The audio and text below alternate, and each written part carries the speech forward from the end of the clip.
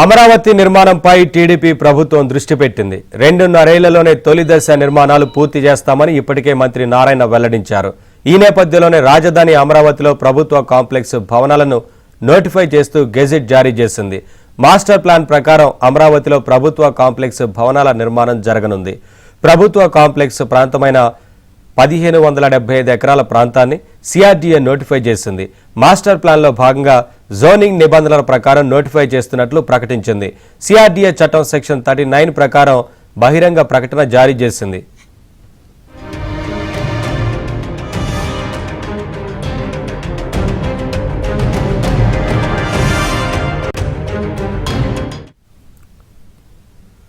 రాయపూడి నేలపాడు గ్రామాల సరిహద్దుల్లో ఉన్న ప్రాంతం నోటిఫై చేశారు అధికారులు. లింగాయపాలెం, శాఖమూరు, కొండమరాజుపాలెం సరిహద్దులో ఉన్న ప్రాంతాన్ని ప్రభుత్వ కాంప్లెక్స్ భవనాల కోసం నోటిఫై చేస్తున్నట్లు ప్రకటన జారీ చేసింది.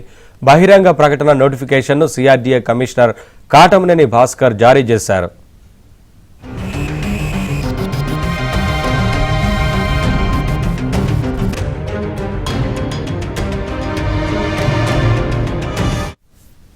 అప్డేట్స్ మా ఏపీ బ్యూరో చీఫ్ రామారావు అందిస్తారు. రామారావు. నవీన్, రాజధాని అమరావతిలో చేపట్టనున్న ప్రభుత్వ కాంప్లెక్స్ భవనాలను నోటిఫై చేస్తూ రాష్ట్ర ప్రభుత్వం గెజిట్ జారీ చేసింది. గతంలో ఉన్న జోనింగ్ రెగ్యులేషన్స్ మొత్తాన్ని కూడా వైసీపీ ప్రభుత్వం మార్చివేయటమే కాకుండా R5 జోన్ క్రియేట్ చేయటం వల్ల మొత్తం మాస్టర్ ప్లాన్ దెబ్బతింది అనే భావన రాష్ట్ర ప్రభుత్వంలో ఉంది. నిజానికి కూడా మాస్టర్ ప్లాన్ పూర్తిగా దెబ్బతింది అనే విషయం అందరికీ తెలిసింది. ఎందుకంటే మాస్టర్ ప్లాన్ ప్రకారం జోనింగ్ రెగ్యులేషన్స్ మార్చాలంటే ముందు మాస్టర్ ప్లాన్ లో సవరణ తీసుకురావడానికి గ్రామ సభల ఆమోదం ఉన్నప్పటికీ కూడా దానికి కూడా మసిపూసి మారేడుకాయ చేశారు.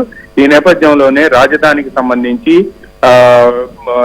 పరిపాలనా వికేంద్రీకరణ బిల్లు వీటన్నిటినీ కూడా వెనక్కి తీసుకోవడంతో జోనింగ్ రెగ్యులేషన్స్ ను మార్చినప్పటికీ వాటిని సరిచేయాల్సిన బాధ్యత మళ్లీ నిర్మాణాలు చేపట్టాలంటే సిఆర్డీఏ పై ఉంటుంది. అందువలన జోనింగ్ రెగ్యులేషన్స్ సరిచేసేందుకు మాస్టర్ ప్లాన్ ప్రకారం అమరావతిలో ప్రభుత్వ కాంప్లెక్స్ భవనాలు ఉంటాయి అని చెప్పి ప్రభుత్వం గెజిట్ నోటిఫికేషన్ జారీ చేసింది. గతంలో ప్రభుత్వ కాంప్లెక్స్ ప్రాంతాలకు 1375 ఎకరాలు ఉంటే ఇప్పుడు ఆ ప్రాంతాన్ని నోటిఫై చేసి దాన్ని 1575 ఎకరాలుగా మార్చారు.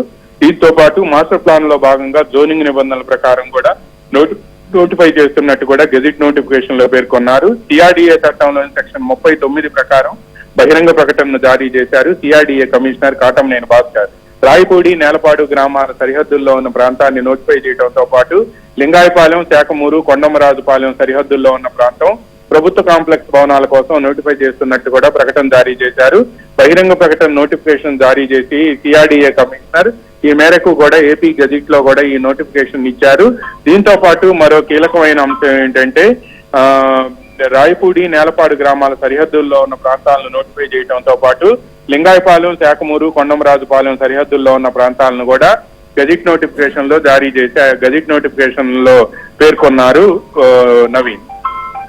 Thank you Ramarao.